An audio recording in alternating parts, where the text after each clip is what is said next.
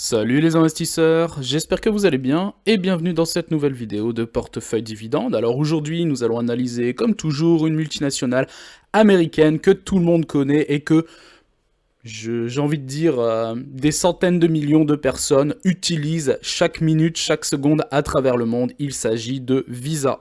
Mais avant, n'hésitez pas à vous abonner, à liker, à partager. Let's go, c'est parti! Donc au moment où je tourne la vidéo, le prix du cours de l'action Visa est de 226,47 $. Alors concernant Visa, le petit résumé, donc Visa est une entreprise donc commune qui est composée de plus de 15 100 banques et sociétés de crédit et qui compte environ 21 500 employés et cadres selon le dernier rapport fiscal pour l'année 2021. Comme on le sait tous, le principal concurrent de Visa est le groupe Mastercard. Alors là, je passe directement en 2018. Donc, fin 2018, tenez-vous bien, la totalité du nombre de détenteurs de cartes Visa est égale à 3,3 milliards et disponible dans environ 180 monnaies différentes, réparties dans tous les pays faisant partie de l'ONU. Le rapport annuel fiscal, donc datant de 2019, est déposé auprès de la SEC. Fait état de 3,4 milliards de cartes acceptées dans 200 pays et territoires. Et donc le dernier rapport fiscal de 2021 signale une augmentation à 3,7 milliards de détenteurs de cartes Visa dans le monde. C'est juste des chiffres qui sont colossaux. Et donc vous voyez, pour faire une petite aparté, on parle de plus en plus dans le contexte actuel de dédollarisation de l'économie mondiale, surtout avec des pays comme les BRICS. Et finalement, quand vous voyez ce genre de chiffres et cette société, Visa, 3,7 milliards de personnes détiennent des cartes Visa à travers le monde, société multinationale américaine. Donc personnellement, je pense que c'est un peu de la flûte et que si un jour il y a dédollarisation partielle ou totale dans le monde, donc que le dollar disparaisse ou réduise ses performances petit à petit, ce ne sera pas de notre vivant. En tout cas, c'est ce que je pense personnellement. Parce que ça prendra énormément de temps et on a le temps de mourir clairement pour voir ça. Je passe directement aux dernières dates les plus intéressantes. Donc en 2018, Visa investit dans la startup Paydi, proposant une solution de paiement en ligne sans carte bleue. En décembre 2018, Visa annonce l'acquisition d'Earthport, une entreprise britannique de transactions transnationales pour 250 millions de dollars. En janvier 2020, Visa annonce l'acquisition pour 5,3 milliards de dollars de Plaid, une start-up. Quelques jours plus tard, Visa annonçait avoir investi dans la start-up Very Good Security, qui est spécialisée dans la protection des données numériques sensibles. En août 2020, une faille de sécurité relative aux paiements sans contact a été mise en évidence par deux chercheurs de l'école polytechnique fédérale de Zurich. Ils sont parvenus à dépasser le plafond des 50 € sans avoir à s'authentifier. En janvier 2021, Visa annonce l'abandon de l'acquisition de Plaid pour 5,3 milliards de dollars suite à l'opposition des autorités de la concurrence américaine. Et en juin 2021, Visa annonce l'acquisition de Tink, une entreprise suédoise spécialisée dans l'open banking pour 2,2 milliards de dollars. En juillet 2021, Visa annonce encore une nouvelle acquisition de Currency Cloud, une entreprise britannique de paiement transfrontalier pour 700 millions de livres. Donc on voit que sur les 4-5 dernières années, Visa a fait énormément d'investissements et surtout d'acquisition de start-up pour continuer à accroître sa position de numéro 1 et continuer forcément à se développer. Alors ici, on passe directement sur TradingView. Donc si vous voulez faire des recherches plus approfondies, le ticker de l'entreprise, c'est V. Alors ici, concernant le graphique, donc ici, qui démarre sur TradingView, donc à partir de 2008, on voit littéralement une croissance exponentielle totalement fulgurante pour atteindre un premier sommet historique en juillet 2021, aux alentours des 252,69 $. Et ici, donc, nous sommes à 226 $. Donc on voit que sur le plus haut historique, ici, il y a une chute de moins 31%. Donc finalement, le cours de bourse est très très bien stabilisé. Et sinon, depuis lors, nous sommes à moins 10% par rapport au plus haut, ce qui est ridicule finalement. Donc voilà, et depuis 2009 jusque le plus haut historique, l'entreprise avait réalisé, le cours de bourse a pris 1588% de plus-value, ce qui est totalement gigantesque. Donc sur les 10 dernières années, finalement, on peut considérer clairement que Visa est une entreprise avec une croissance fulgurante et avec un retour sur investissement, ne serait-ce que sur les 4-5 dernières années, très très important. Donc quid par contre de si vous êtes intéressé par la valeur en elle-même, de savoir si c'est un bon point d'entrée, parce que nous verrons par la suite en termes de chiffres, entre la valeur de l'entreprise sur le marché et son chiffre d'affaires, il y a quand même une grande différence. Donc voilà. Mais dans tous les cas, en termes de croissance, elle fait partie des entreprises avec une croissance très très importante. Alors ici, donc, nous sommes sur dividende.com. Alors concernant les dividendes de l'entreprise, Visa verse un dividende annuel de 1,80 $ par action. Donc par rapport à son cours de bourse et donc le dividende, le rendement est littéralement ridicule puisqu'on est à 0,79%. Donc clairement, c'est très très peu. Alors ici, concernant le average price recovery, il faut 7 jours à l'entreprise pour qu'elle retrouve son cours de bourse avant détachement du dividende, ce qui est très très rapide. Alors tenez-vous bien ici, concernant le payout ratio, donc finalement l'entreprise est très très conservatrice, puisqu'elle a un payout ratio seulement de 18,38%. Ça veut dire que sur 100% de ses bénéfices, elle ne prend que 18% donc de ses bénéfices qu'elle redistribue à ses actionnaires. Donc elle a une immense marge de manœuvre et donc elle a le temps de voir venir puisqu'il lui reste quasiment 80% de ses bénéfices pour continuer à se développer, pour par la suite sans doute continuer à augmenter ses dividendes, pour faire des futures acquisitions de start-up. Donc sur ce point, concernant le payout ratio, c'est très très positif et très intéressant. Concernant maintenant le versement des dividendes, Visa donc verse des dividendes de façon croissante depuis 14 années consécutives. On va dire que c'est plutôt un bon début, par rapport forcément à d'autres entreprises qu'on a vues qui versaient depuis 40, 50 ans, etc. Mais c'est plutôt un bon début. Ici, donc le dividende est versé de façon trimestrielle, comme la majorité des sociétés aux États-Unis. Et donc par rapport au secteur financier, qui lui est de 3,18%, mais on voit que Visa, avec 0,79%, c'est vraiment très peu. Également, chose intéressante, c'est par rapport au cours de bourse qu'on a pu voir, Visa, clairement, avec la situation du secteur financier en général et des banques, Visa, par contre, ne s'est pas cassé la figure. Son cours de bourse, lui, s'est plutôt stabilisé ou est même reparti légèrement à la hausse. Alors que le secteur en lui-même, sur les derniers mois, s'est pris une véritable déculottée. Donc finalement, voilà pourquoi également il faut savoir choisir et bien analyser les entreprises. Celle-ci fait donc partie des entreprises très très solides, clairement. Donc, concernant le versement des dividendes, le dernier paiement du dividende de Visa a été effectué le 1er juin pour un montant de 45 cents par action, donc ça c'est au niveau trimestriel, et le prochain versement sera effectué le 1er septembre donc de cette année 2023, également pour un montant de 45 cents par action. Alors ici, concernant donc, l'une des choses qui nous intéresse le plus, forcément, donc le versement des dividendes en 2022, Visa a versé 1,57 $ de dividendes. En 2021, 1,33 par action. 2020, 1,22. 2019, 1,05. 2018, 88 cents. 2017, 69 cents. 2016, 58 cents. 2015, 50 cents. 2014, 42. 2013, 34. 2012, 24. 2011, 16 cents. Et on peut descendre encore. 2010, 13 cents. Alors, chose à noter qui est très très intéressante, c'est concernant la performance de la croissance du dividende. Donc on voit que de 2010 à 2011, il y a une augmentation de quasiment 28%, on est à 27,6.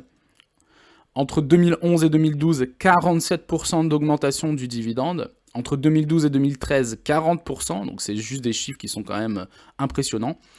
Entre 2013 et 2014, quasiment 21% de croissance. 2014 à 2015, 19% de croissance. Donc on reste sur des deux chiffres, mais qui sont très très hauts. Entre 2015 et 2016, 17% de croissance. Entre 2016 et 2017, quasiment 18% de croissance. Ici, 2017-2018, 27% de croissance. 2018 à 2019, 19% de croissance. 2019 à 2020, 16%. Donc on était depuis quasiment une dizaine d'années sur une croissance à deux chiffres. Et là, ici, 2020 à 2021, une diminution de la croissance, mais quand même une croissance plutôt importante qui reste quand même à 9% de croissance. Et donc là, on serait quasiment pareil entre 2021 et 2022, aux alentours de 10% de croissance. Donc on voit que sur les 10 dernières années, la croissance du dividende de Visa est impressionnante avec un pourcentage à deux chiffres, mais qui monte jusqu'à maximum 40% de croissance. Donc après, concrètement, ce genre d'entreprise qui augmente de façon exponentielle et importante son dividende ne peut pas durer sur le long terme. Bon, après, on voit que Visa a un payout ratio qui est très faible, de 18%, donc elle peut voir venir sur les 5-10 prochaines années, concrètement. À voir les augmentations futures en termes de dividendes et de croissance. On voit ici 2021, elle a quand même réduit par rapport à 2019, passant de 16% à 9%. Donc à voir sur les prochaines années, mais dans tous les cas, c'est très très positif. Donc ici, je suis sur Morning, donc comme on le voit ici, donc 0,79% de croissance. Alors ici, Morning, clairement, en termes de sûreté de dividendes, est noté 19. Je suis pas sûr qu'il y ait des entreprises qui soient notées 20. J'ai envie de dire que 19, c'est vraiment le top du top. En termes de croissance du dividende, également très très bon potentiel puisqu'il est noté 16. Et donc vous voyez, comme on a vu sur dividende.com, la croissance du dividende, la moyenne sur les 5 dernières années est aux alentours de 18%, ce qui est exceptionnel et ce qui est quand même assez rare dans les entreprises en général. Donc ici, ce qui est énorme également, c'est la capitalisation de l'entreprise sur le marché, qui est estimée à 480 milliards de dollars. Donc c'est un mastodonte, très clairement. On l'a vu également avec les chiffres où 3,7 milliards de personnes ont des cartes bancaires Visa, donc c'est impressionnant. Ici, concernant le ratio cours-bénéfice, il est de x30, c'est également énorme. Et le bénéfice par action est lui de 7,49 $ par action. Donc concernant la performance, alors le retour sur 1 an et sur 5 ans, donc Visa sur 1 an fait plus 17%, le S&P 500 fait lui plus 20%, le Nasdaq plus 34%, et le secteur financier dans sa globalité fait lui plus 7%. Donc Visa fait quasiment pareil que le S&P, moins bien que le Nasdaq, mais supérieur par contre au secteur en général financier. Et le retour sur 5 ans, Visa fait plus 74%, alors que le S&P 500 fait plus 60%. Le Nasdaq, qui est lui porté par les valeurs technologiques, fait plus 109%. Et le secteur financier en général fait lui 30%. Donc Visa à elle seule fait plus que le S&P et le secteur financier en général. Donc c'est également très très positif. Depuis les 5 dernières années, on l'a également vu avec le graphique où le cours de bourse a littéralement explosé. Donc, chose également intéressante, c'est concernant les différents concurrents. Donc on voit Visa, donc capitalisation 480 milliards de dollars. Vous avez Western Union qui ne pèse lui que 4 milliards. PayPal, 73 milliards, et Mastercard, donc le concurrent numéro 1, qui est lui à 355 milliards de dollars. Et on voit ici donc les PER, donc x30 pour Visa, x5,91 pour Western Union. Computer Share, 9 milliards de capitalisation, et lui par contre fait x67. PayPal, x28. Et Mastercard, x35. Donc également concernant donc, la sûreté du dividende et la croissance du dividende, donc Visa, donc comme on l'a vu, noté 19 en termes de sûreté du dividende et 16 en termes de croissance. Western Union, noté 10 en termes de sûreté de dividende et 9 en termes de croissance. PayPal, 0 en termes de sûreté de dividende et croissance par contre 14. Et Mastercard, on est pareil que Visa, donc c'est-à-dire 19 en termes de sûreté du dividende. Et en termes de croissance, on est une Morning Note 16. Alors ici, on passe sur le graphique concernant la valorisation. Donc, je récapitule la zone donc, potentielle de sous-évaluation est dans le vert. La zone potentielle de surévaluation est dans le jaune. La juste valeur théorique, c'est la courbe en bleu. Et la courbe en noir, c'est le prix réel de l'action. Et donc finalement, donc là, par rapport à Morning, on voit que finalement, l'entreprise a l'air à sa, j'ai envie de dire, quasiment à sa juste valeur en termes de prix. Puisque si on regarde le graphique, concernant la juste valeur théorique, on serait aux alentours des 230-240 $, et donc actuellement on est à 226. Donc pour Morning en tout cas, on serait dans une zone potentielle de légère sous-évaluation du prix du cours de l'action. Également un graphique que j'aime bien regarder, puisque sur dividende.com il n'y a pas de graphique, et là on voit donc depuis 2008, donc sur les 10-12 dernières années, l'historique donc de l'évolution du dividende en lui-même, et on voit finalement que depuis, on va dire, 2015-2016, on voit une croissance, surtout à partir de 2017, on voit une croissance qui est de plus en plus importante concernant le versement des dividendes. Et donc c'est également de bon augure par la suite. Alors pour continuer notre analyse, on passe directement sur Yahoo Finance, donc Visa. Alors ici, on va directement dans les éléments financiers. Alors le retour, donc le graphique ici, donc depuis 2019, donc regardez, c'est impressionnant. 2019, Visa a généré quasiment 23 milliards de dollars de chiffre d'affaires pour un bénéfice de l'ordre de 12 milliards de dollars de bénéfices. 2020, légère baisse, passant à 21, donc l'entreprise a perdu quasiment 1 milliard de dollars de chiffre d'affaires, donc pour 21,8 milliards donc, de chiffre d'affaires et un bénéfice en baisse également de quasiment 1,5 milliard, 2 milliards, passant à 10,8 milliards de dollars de bénéfices. Donc est-ce que le Covid, oui forcément le Covid a légèrement joué sur ces chiffres. 2021, on repart sur une croissance, passant à 24,11 milliards de dollars de chiffre d'affaires, pour un bénéfice, lui, qui augmente également, passant à 12,31 milliards de dollars de bénéfices.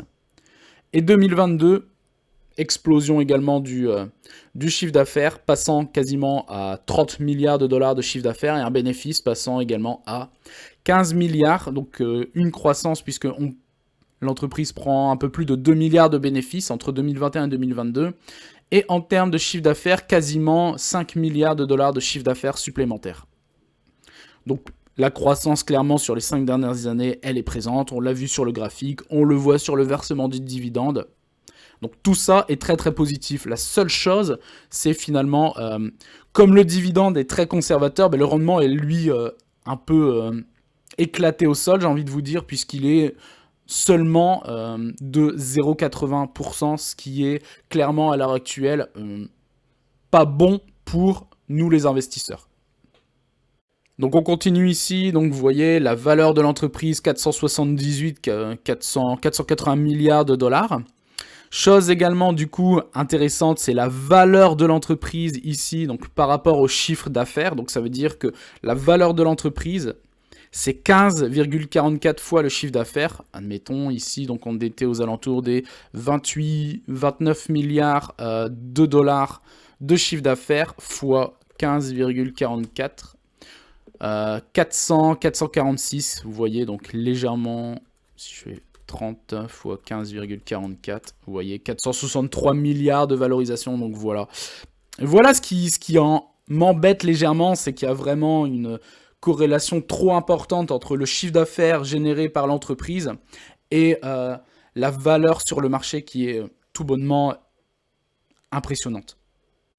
Chose monstrueuse, et je pense depuis que je regarde et analyse des entreprises, j'ai vu aucune entreprise avec une marge bénéficiaire aussi importante.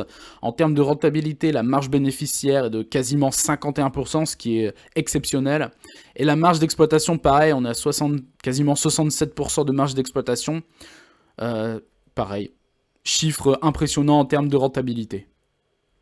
On continue ici avec le compte de résultats où donc les recettes, on l'a vu sur le graphique précédent, donc sur la dernière année, sur les 12 derniers mois, pardon, quasiment 31 milliards de dollars. Concernant le revenu par action sur les 12 derniers mois, il est de 15 dollars par action. La croissance trimestrielle du chiffre d'affaires établi également sur les 12 derniers mois est de 11%, donc également positif puisqu'on voit que l'entreprise continue à grossir, à se développer, à générer du cash. Le bénéfice brut, donc vous voyez, est l'ordre lui de 28,7 milliards et le bénéfice net disponible et distribuable est lui de 15,48 milliards. Donc on voit, c'est exactement ça puisque la marge bénéficiaire est de 50%. Et ici, donc pour terminer, la croissance trimestrielle des bénéfices établie également sur les 12 derniers mois est de 16,7%. Donc on voit que l'entreprise continue à croître. Et on va voir avec les autres news, parce que j'ai regardé un petit peu concernant les news, et on va voir que je pense clairement que ce n'est pas fini, et elle va continuer à grossir, mais de façon exponentielle, surtout sur un marché très important. Donc on passe ici sur les dernières news que j'ai pu trouver. Donc Visa Foundation, dans le cadre de son initiative Équitable Access d'une valeur de 200 millions de dollars, Visa Foundation s'engage à verser 1 million de dollars à 2 organisations locales, AfriLabs et Grassa Matchel Trust, en s'appuyant sur ses efforts visant à soutenir les petites et micro-entreprises diversifiées et incluses. Donc ici, on voit que Visa commence à s'attaquer au continent africain pour continuer son développement, à aider les différentes startups sur le continent africain. Et ça, c'est également chose très intéressante puisqu'on sait que le continent africain continue et avance à grands pas dans son développement. Et là, clairement, en termes d'exploitation, de business, de start-up, d'entreprise, de micro-entreprise, de personnes, de particuliers, c'est un marché qui est tout bonnement exceptionnel. Ici, Visa s'engage à investir 1 milliard de dollars en Afrique pour accélérer la croissance et la transformation du numérique. Donc, Visa souligne son engagement à investir 1 milliard de dollars en Afrique d'ici 2027 pour mettre à l'échelle les opérations et déployer de nouvelles technologies novatrices et renforcer la collaboration avec ses partenaires donc sur le continent. Donc vous voyez, il y a un investissement massif qui commence à être fait sur le continent africain. Donc déjà que l'entreprise, on l'a vu avec les chiffres, est dans une croissance exponentielle, et ça depuis déjà 2008. Vous voyez, ça fait déjà bon nombre d'années. Et si en plus de ça, Visa s'attaque au marché, au continent africain, je peux vous dire que l'entreprise a de très beaux jours devant elle. Donc pour résumer, donc forcément, Visa multinationale, utilisée toutes les minutes, toutes les secondes à travers le monde avec les transactions financières, les cartes bancaires, etc. Dans le secteur financier, c'est un mastodonte à l'échelle mondiale. Dividende qui est en augmentation depuis une quinzaine d'années maintenant, avec une croissance qui est quand même impressionnante. Le bémol, pour moi, c'est que le cours de bourse est quand même sur des plus hauts. On ne sait pas ce qui peut arriver par la suite, surtout qu'elle a résisté clairement avec la situation actuelle, avec les différentes banques qu'on a pu voir qui se sont effondrées. Visa, clairement, s'est stabilisé, a même légèrement augmenté. Quid de savoir ce qui va se passer par la suite. Le payout ratio de l'entreprise est de 20%, ce qui est totalement dérisoire. Ça veut dire que l'entreprise peut voir venir concrètement pour continuer à augmenter les dividendes à ses actionnaires, donc satisfaire ses actionnaires, continuer sa croissance, s'attaquer au marché et au continent africain sur le domaine des startups, de l'innovation, du développement et de la recherche. Donc, clairement, tous les voyants sont au vert pour cette entreprise, surtout dans un secteur donc, financier qui est plutôt bancal en général quand il y a une crise, puisque la finance est toujours le premier domaine qui est touché. Donc là, clairement, on est sur des bases très très solides. Entreprise de top qualité. Le rendement, par contre, qui est totalement médiocre. Hein. On l'a vu, 0,80%, c'est beaucoup moins que le livret A. Mais comme dit, c'est une valeur, si vous investissez dedans, vous êtes sûr que vous pouvez dormir sur vos deux oreilles pour des décennies et des décennies. J'espère que cette vidéo vous aura plu, n'hésitez pas à vous abonner, à liker, à partager et je vous dis à très bientôt pour une prochaine vidéo. Ciao!